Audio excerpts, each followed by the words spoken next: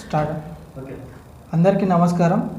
ఇక్కడ విచ్చేసిన పెద్దలకు మైత్రి యాదన్న గారికి, బీసీ సమాజ అధ్యక్షులు మన శ్రీనివాసన్న గారికి, వెంకటేశన్న గారికి, తిన్మార్ మల్లన్న టీం సభ్యులందరికీ నమస్కారం.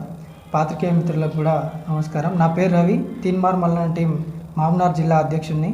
అయితే ఈరోజు ఇక్కడ ప్రెస్ మీట్ పెట్టడానికి ముఖ్య కారణం ఏంటంటే, అయితే తిన్మార్ మల్లన్న గారు బీసీల గురించి తన వాదాన్ని వినిపిస్తూ బీసీలకు జరిగే అన్యాయాలని, బీసీలకు జరిగే ఉద్యోగాల పేరుతో కానీ బీసీలకు జరిగే అన్యాయాలను, రాజకీయ పరంగా వాళ్ళకు దక్కాల్సిన వాట గురించి తన గళాన్ని వినిపిస్తున్నాడు క్యూ న్యూస్ పేరుతో. అదే అలాంటి తిన్మార్ మల్లన్న గారికి కొంతమంది ఇప్పుడు రెడ్డి జాగృతికి సంబంధించిన కొంతమంది వ్యక్తులు, అందులో కొంతమంది వ్యక్తులు మాత్రమే వాళ్ళు మల్లన్న గారి పైన ఇట్లా కేసులు పెట్టడం జరిగింది. మల్లన్న తన బీసీ వాదాన్ని గురించి ఇట్లా వినిపించడం మమ్మల్ని అవమానపరుస్తున్నా అని చెప్పి మల్లన్న గారి పైన కేసు పెట్టడం జరిగింది. నిజంగా తిన్మార్ మల్లన్న గారికి మా మహబూబ్నగర్ టీం నుంచి ఒక బీసీ బిడ్డగా నేను తిన్మార్ మల్లన్న గారిని అభినందిస్తున్నా. మా బీసీల గురించి, మాకు జరిగే అన్యాయాల గురించి తిన్మార్ మల్లన్న గారు గలం ఇస్తున్నందుకు తిన్మార్ మల్లన్న గారికి ధన్యవాదాలు. అయితే నేను ఒకటి అడగదలుచుకున్నా, ఈ ఓసీ అగ్రవర్ణాలు, ఓసీ ఎవరైతే ఉన్నారో ఈడబ్ల్యూఎస్ కోటా పేరుతో వాళ్లకు బీసీలకు అన్యాయం జరుగుతుందని చెప్పి తిన్మార్ మల్లన్న గారు ఒక పాయింట్ మాట్లాడు. వాళ్లకు 10% రిజర్వేషన్ కల్పించాలని చెప్పి గవర్నమెంట్ కూడా ప్రపోజల్ ఇస్తుందని చెప్పి దాని గురించి మాట్లాడుతున్నారు. అయితే యాక్చువల్గా ఇక్కడ విషయం ఏంటంటే, ఈడబ్ల్యూఎస్ కోటాలో నిజంగా ఓసీలకు, అందులోనే పేదలకు మాత్రం అన్యాయం జరుగుతుంది. అదే విషయాన్ని తిన్మార్ మల్లన్న గారు చెప్పారు. అయితే అక్కడ ఏ ప్రాబ్లం లేదు, ఓసీలో ఉండే పేదలు కూడా ఉన్నారు, వాళ్ళకు అన్యాయం జరుగుతుంది కాబట్టి వాళ్ళ గురించి మాత్రమే మాట్లాడారు. ఈడ విషయం ఏంటంటే, ఓసీలలో కొంతమంది బాగా డబ్బున్నోళ్ళు మ్యానిపులేట్ చేసి ఫేక్ సర్టిఫికేట్లు పెట్టుకొని ఆ ఉద్యోగాలను కూడా ఓసీలో ఉన్న పేదలకు దక్కనియటం లేదని చెప్పి తిన్మార్ మల్లన్న వాదన. అది వాళ్ళకి అర్థం కావట్లేదు. ఈ విషయాన్ని వాళ్ళు గమనించాలి. మాకు నిజంగా అక్కడ ఉన్న పేదలకు వాళ్ళకు చెందాలని చెప్పి మాకు ఎటువంటి ఆబ్జెక్షన్ లేదు, దాని గురించి మాట్లాడుతున్నారు బీసీల గురించి.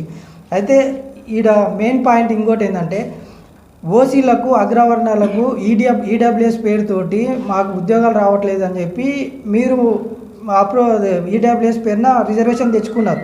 కానీ ఇక్కడ ఇంకో విషయం ఏంటంటే, మాకు కూడా బీసీలకు రాజకీయంగా, రాజకీయ వాటా పరంగా కూడా మాకు దక్కాల్సిన రాజకీయ పదవులు దక్కట్లేదు. ఈ విషయం పైన ఎవరు మాట్లాడట్లేదు ఏంది?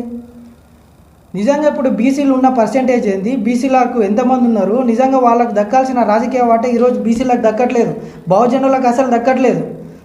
ఇప్పుడు ఈ రాజకీయంగా ఈడ ఎవరికి న్యాయం జరుగుతుంది అంటే, ఓసీలకు జరగాల్సిన 10% గురించి మీరు ఈడబ్ల్యూఎస్ అనే రిజర్వేషన్ పెట్టుకున్నారు. మాకు ఈడ నిజంగా రాజకీయ పరంగా కూడా మా బీసీ బిడ్డలకు, బహుజనులకు అన్యాయం జరుగుతుంది, మేము మాట్లాడొద్దా అంటే మాకు ఈడ రిజర్వేషన్ మాకు అవసరం లేదా? సో ఇదెందుకు మాట్లాడతలేరు? ఈడ ఇంత పెద్ద అన్యాయం జరుగుతుంది. మా బీసీ నుంచి ఒక్కరు కూడా రాజకీయ పదవులు సరిగ్గా అనుభవించలేరు. బీసీ కూడా ఇంతవరకు ఒక ముఖ్యమంత్రి కాలేకపోయిండు. సో బీసీల తరఫున మేము అడగదలుచుకున్నాం. అయితే మల్లన్న ఇదే వాదాన్ని ప్రజల్లోకి తీసుకుపోతున్నారు. ఎందుకు మల్లన్న మీద మీరు ఈ విధంగా కేసులు పెట్టి మల్లన్న లాంటి వ్యక్తులని మీరు ఎందుకు అనగదొక్కాలని చూస్తున్నారు? ఇప్పుడు మల్లన్న ఆల్రెడీ మల్లన్న ప్రజల్లోకి తీసుకుపోయిండు. మల్లన్న కాదు, బీసీలకు ఆల్రెడీ నిప్పు అంటుకుంది. బీసీలు ఈ వాదాన్ని ఇంకా ముందర కూడా తీసుకుపోతారు. బీసీలు ప్రతి ఒక్కరు కూడా, బీసీ బిడ్డలు ప్రతి ఒక్కరు కూడా వందల గొంతులు ఇప్పుడు ప్రశ్నిస్తాయి. యావత్ తెలంగాణ వ్యాప్తంగా ఉన్న బీసీ బిడ్డలు ప్రతి ఒక్కరు ప్రశ్నిస్తారు, కేవలం మల్లన్ననే కాదు. కాబట్టి ఈ రెడ్డి జాగృతి ఏదైతే ఉందో వాళ్ళకు నేను చేసే విజ్ఞప్తి ఏంటంటే, మీరు మల్లన్నపై పెట్టిన అక్రమ కేసుని మీరు వెంటనే వాపసు తీసుకోవాలి, మల్లన్న గారికి క్షమాపణ చెప్పాలి. మేము మహబూబ్నగర్ తిన్మార్ మల్లన్న టీం నుంచి మరియు ఒక బీసీ బిడ్డగా నేను ఈరోజు చెప్తున్నా ఏంటంటే, మీరు పెట్టిన కేసు మల్లన్న గారి పైన వాపసు తీసుకోండి. తీసుకుంటే బాగుంటుంది. ఎందుకంటే మల్లన్న కొట్లాడేది ఓసీల గురించి, ఓసీలో ఉన్న పేద ప్రజల గురించి వాళ్ళకు జరుగుతున్న అన్యాయాల గురించి మాట్లాడాడు. కాబట్టి అది మీరు అర్థం చేసుకోవాలి. అర్థం చేసుకొని మల్లన్న గారి పైన పెట్టిన కేసును మీరు వెంటనే వాపస్ తీసుకోవాలని చెప్పి విజ్ఞప్తి చేస్తున్నా. అలాగే బీసీ బిడ్డలు ఎవరైతే ఉన్నారో మహబూబ్ నగర్ బీసీ బిడ్డలు మరి ఎర్ర సత్యమన్న వారసులు ఎవరైతే ఉన్నారో ఎర్ర సత్యమన్న ఆదర్శాలను తీసుకొని చెప్పి ఈ మహబూబ్ నగర్లో ఇంతకుముందు సత్యమన్న గారు ఏ విధంగా అయితే ముందలకు పోయారో ఒక బీసీ సామాజిక వర్గాన్ని ముందలు తీసుకుపోయిండో అదేవిధంగా మన బీసీ బిడ్డలు ఆయనను ఆదర్శంగా తీసుకొని ప్రతి బీసీ బిడ్డలు ప్రశ్నించే గొంతులుగా మారి మనకు రావాల్సిన రాజకీయ వాటను మనకు రావాల్సిన ఉద్యోగాలను మనం సాధించుకోవాలని చెప్పి అదేవిధంగా తీన్మార్ మండలం లాంటి ప్రశ్నించే గొంతులను కూడా మనం కాపాడుకోవాలని చెప్పి నేను విజ్ఞప్తి చేస్తున్నా. బీసీ నాయకత్వం వర్ధిల్లాలి.